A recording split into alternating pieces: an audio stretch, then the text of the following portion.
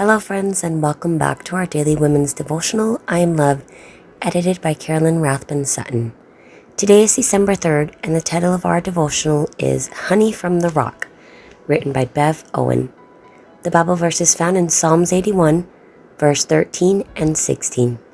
If my people would only listen to me, if Israel would only follow my ways, but you would be fed with the finest of wheat. With honey from the rock, I would satisfy you. Bev writes, the story of George Mueller has always fascinated me. As a devoted man of God, he possessed an unrelenting burden to care for the orphans in 19th century England. However, he was a man of meager means. If his vision was to be fulfilled, he knew it would have to be solely provided for by God.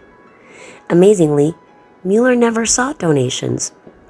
Yet, during his lifetime, he was able to establish orphanages and schools throughout England that cared for and educated hundreds of thousands of children. How did he accomplish this?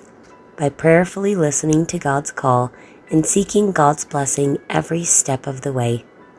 Miraculous blessings were poured out upon him as documented in his book entitled Answers to Prayer.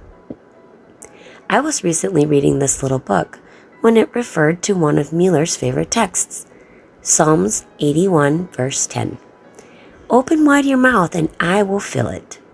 Since I often like to read texts in context, I opened my Bible and continued to read.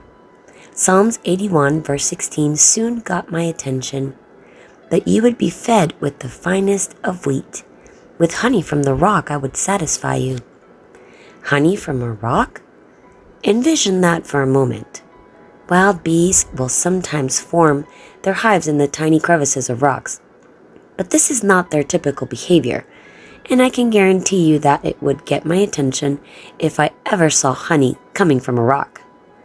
This honey from the rock scenario helps me understand, in a more significant way, God's great desire to care for us. How frustrated he must be that we continue to go our willful ways. He begs us to listen to him. He wants to provide us with some sweet blessings. I believe George Mueller understood and believed Psalms 81 completely and lived by it. As a result, he was able to experience miraculous blessings throughout his lifetime. My prayer today is that each one of us will learn to listen to God more, submit ourselves to his will, and allow him to provide us with honey from the rock. Bev Owen resides in Acworth, Georgia, United States of America.